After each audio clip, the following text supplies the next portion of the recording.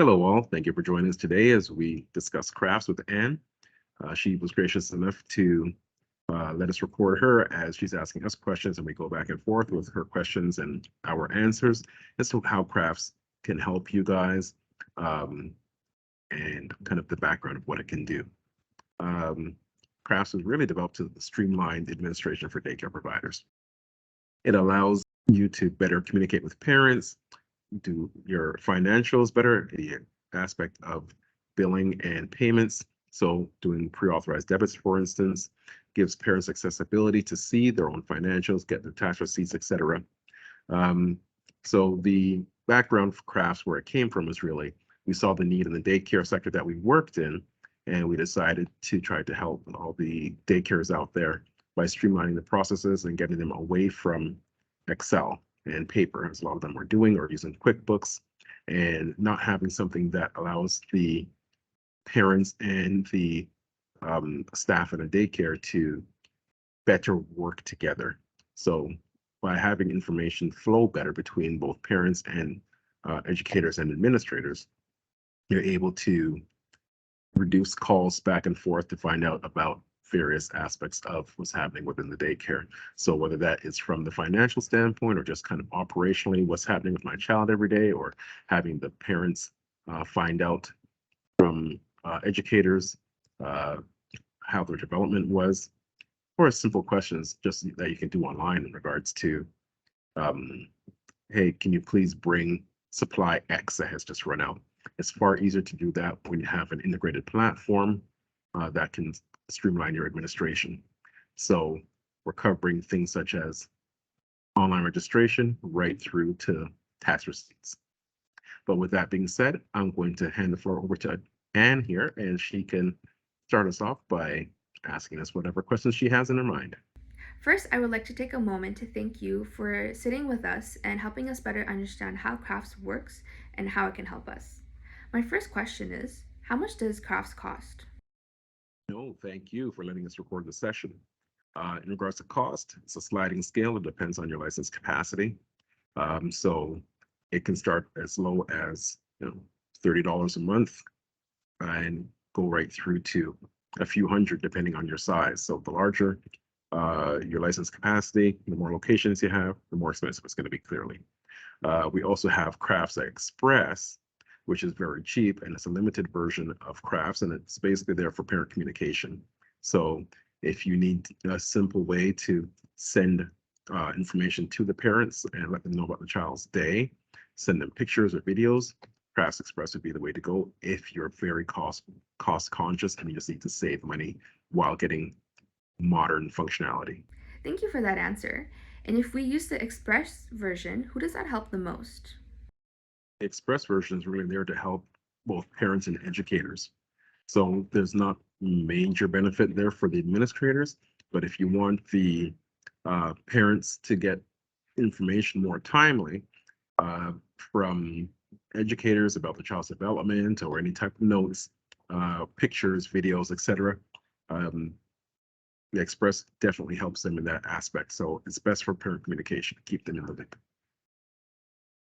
And then on the other hand, if our goal is to have more control over the entire project, such as taking control over billing and payments, having control over the subsidy, taking attendance, as well as having access to family and staff records, then would our best option be to opt for the regular craft subscription? Most definitely, 100%. You would want to get the full version of Crafts that will manage the entire operation. So streamline your billing, streamline your payment collection process, your online registration, your waitlist management, reporting, covers everything. If you need to track staff hours better, where they were, what room they were in, etc., that's all included, all for the same price. Um, so I would go for the full thing if you're looking to, um, especially from a director or administrator standpoint, streamline your entire process. If you just want to communicate with parents and say, here's what happened today with your child, then you would go with just the Crafts Express. So, my next question would be, how hard is it to set up crafts and is it easy to learn? There's a setup wizard, of which oftentimes we go through it with you or do it even before you get your hands on it. But you go through the setup wizard, it'll bring you through all the basics that you need to get the system set up. So there's things that we'll know just from when you were registered with CRAFTS, and we can help you with that whole registration or setup process. Things that we might not know right offhand, but we can, show you how to get that in there or walk you through the whole process. Would be the enrollments or the program fees that you have. So it will walk you through that process. But if it's not overly inherent to you, we can always walk you through that process. But the setup wizard brings you through everything that you need to do to set the system up. In regards to how easy is it to learn, that's going to depend from person to person, clearly. Kind of general rule of thumb, the younger you are, the more you are used to technology, and you'll pick up things on faster than, say, someone that is in my age group that might be a bit slower to pick up on that kind of thing, because we know life before technology. However, all in all, it's very intuitive, and you have questions on some of the menus, as you'll see here, like when we look at the student section, or here, when we look at the billing section, it actually asks you what you want to do at the top of the screen. So all you have to do is really choose the right answer in order to navigate your way around the system. Online registration process look like for parents? And I was wondering if there is a way for them to waitlist themselves. Yeah, the online registration process and waitlist management processes very simple. If, for instance, they just wanted to waitlist themselves, every daycare gets a link, much like what you're seeing here on screen, where they have the choice to waitlist themselves or to register for childcare. If they decide to waitlist themselves, it asks for just some basic information, who the parents are, or who one parent is, who the child is, what program they're trying to enroll in, and when. Whereas if you do a full registration, you basically just start the process. It sends you a link to your email from a security standpoint, and then you would create your account as the parent, go in, log in, and just follow the wizard. So you're going to enter in your information as a parent, and then once you finish that section, you move on to your child's information, fill in all the blanks. As you can see here, I'm just scrolling through. You'll see all the information that is pretty much mandatory. There are questions here at the end in regards to the consents that for your policies that parents need to adhere to. That's custom to you guys. You guys would enter those in. And then there are onboarding questions, which are unique to each daycare, that you would build in there to say, hey, we need you guys to let us know about whatever questions you're asking them. And then once they are finished with that registration process, which is much faster than doing it on paper, then they would click finish, and an email confirmation goes to them, and an email goes to you, being an administrator of the daycare, letting you know that person X has just registered for childcare, and you can deal with them accordingly from there. We would love to reduce the amount of time it takes to communicate information back and forth between a parent and a provider. So we were wondering, what can a parent expect when they log in? Is there a way for them to find the most commonly asked questions and answers to their questions? Well, there isn't necessarily a frequently asked questions section in CRAFTS for them. However, they have access to a lot of information. So if they need to find out things such as, what was I billed, or how much did I pay on such and such a date, they can log right in. And as soon as they log in, on that first page, it shows them a financial history. So they go to the bottom here, and they'll see all of their bills. They'll see what was paid, what was not paid. They can go in and get a review of their enrollment, so they know what they're supposed to be charged. So that can be one way to cover that whole frequently asked questions that you're asking about. The other thing parents can do inside the portal is they can just go in, they can go and submit notification that they're going to be away on certain days, or if they need to change their own address, they don't have to call in. They can just go in and change their address so that that they moved, etc. And of course, they can go in and pull things like an account statement or get their own tax receipts. So they have access to a lot of information that you may view as a frequently asked question, but it's more probably something like they want to be able to get information and they have access to that once they have logged into crafts. You mentioned observations earlier, and we would love the opportunity to have our educators inform parents about what their child is doing throughout the day very quickly and very easily.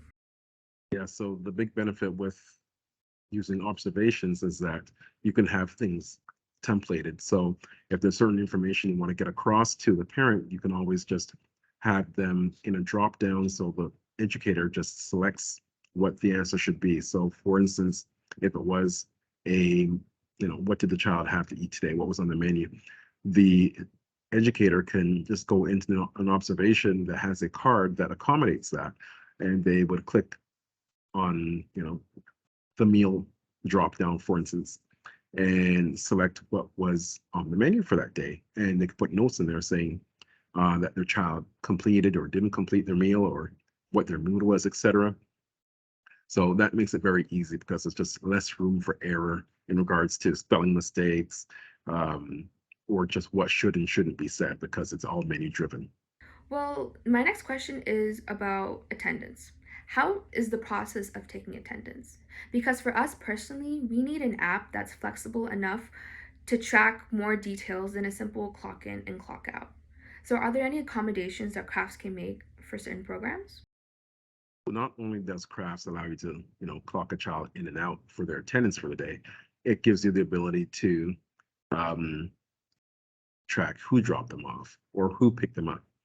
um, you can it has flexibility to go back and backfill previous days, or you can do multiple children at a time.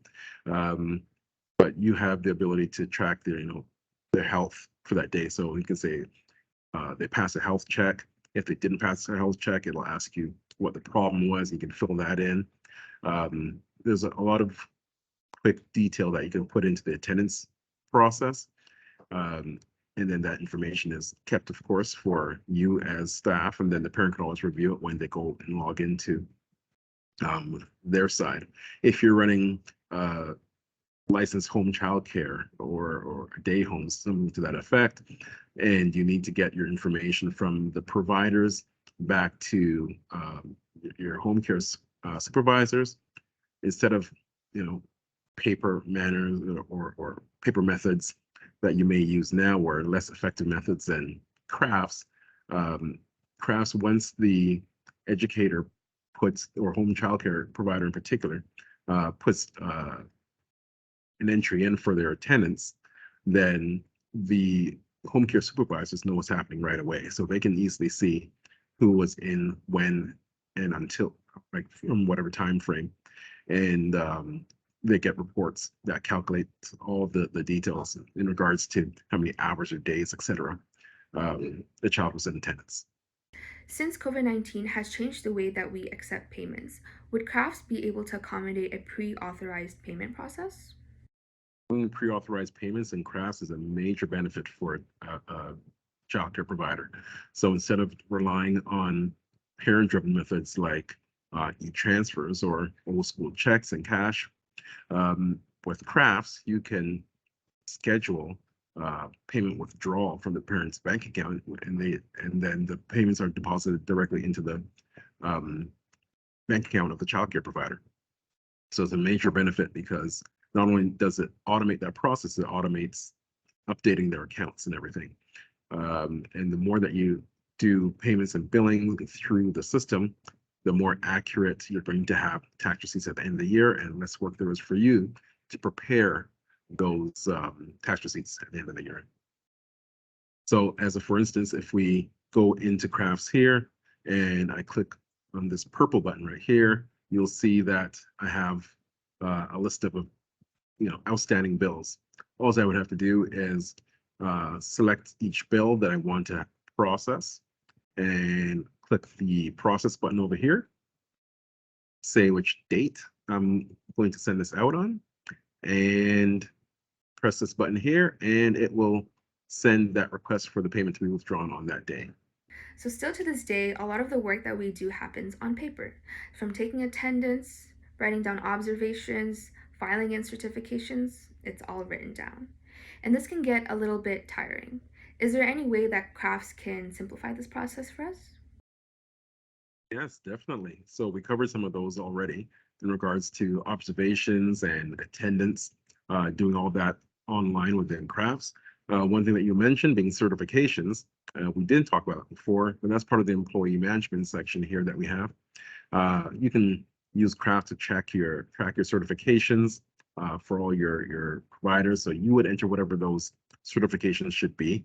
So if you made one up for CPR, for instance, you can enter a CPR certification in here and track the certifications for the various staff whenever a due date for renewal or something of this order, something's going to expire, is about to come.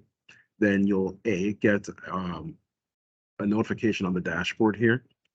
As you can see, when I show you here, it'll show you the notification. However, more so than that, what it will do automatically is send an email to the person whose certification is going to expire and say, listen, your certification is going to expire anytime now. Please get on top of it. I'm paraphrasing, of course. And you get an email as well as the administrator or supervisor to say someone's certification is about to expire. But just the whole management of certifications is much easier because you can print a report that shows you all this detail about all of your staff. So, what happens when we accidentally delete information that we really needed? Is there a way to back up information? And how does the security aspect work for crafts? So the good thing is there are multiple backups that happen in crafts per day, and they last, for a few weeks. Um, More importantly, is it's pretty difficult to delete information that is pertinent to you. So for instance, if you try to delete a child's profile that has financials attached to it already, it will not let you delete it. Or if you try to delete a bill that a payment was made on already, it won't let you delete that bill.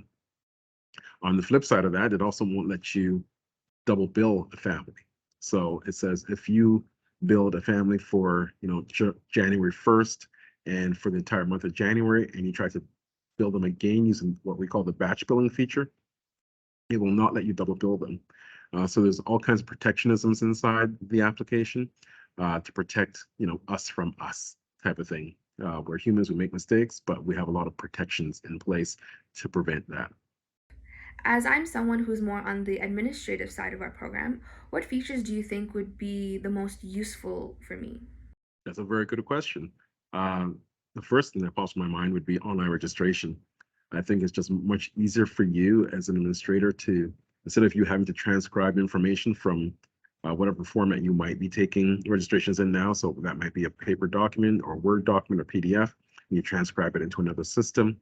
It's far easier to just have the parents register their family into the system that you use every day. So that information can be reused for class lists, algae lists, your billing, etc. So that'd be the first and foremost thing that I would say is your biggest benefit.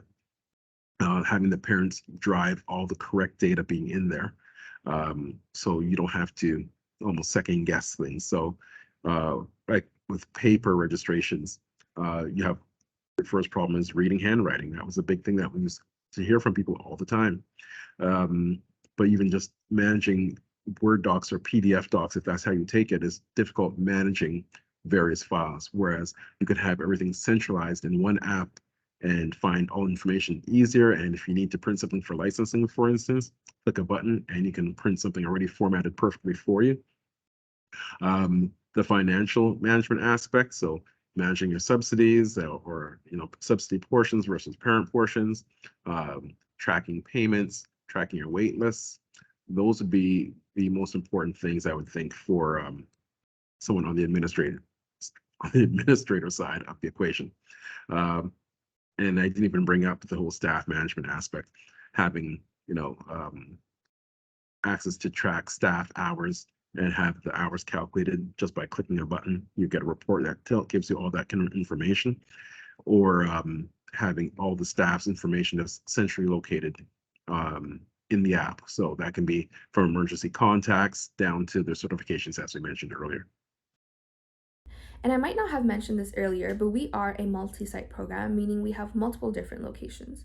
So I was wondering, how would CRAFTS be able to accommodate organizing all the information so that one thing that happens at one location doesn't get mixed up at another? In crafts, we have these filters here at the top that will filter the various locations throughout the application. So if you bounce to different screens, so you go to financial-based screens or you go to student management-based screens, you'll see these location filters at the top.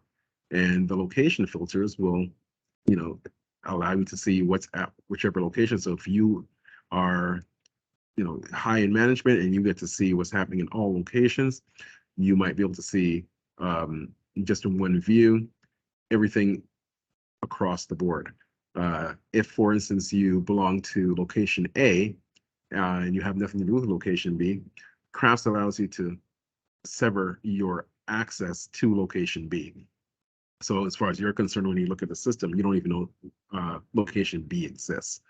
You only can see what's in your location. That same type of restriction or constraint can happen at the staff level as well in regards to what they can or can't see. So for instance, you're the administrator, you should be able to see, billing, payments, family management, all the various information about the students. However, if you're an educator, you may not need to see billing history or the financial history, and that would therefore be restricted from you. Wow, that was really amazing. Thank you so much for taking the time to speak with me and help me understand better how crafts can work for people like us. Thank you. No, thank you. Thank you for letting us record you. And this was a great session. I'm sure this will be beneficial for anyone else that watches it. It should answer a lot of questions for them. And we hope everyone else got benefit out of this as much as we thought we were providing for you. Thanks for taking the time out to spend with us. Take care.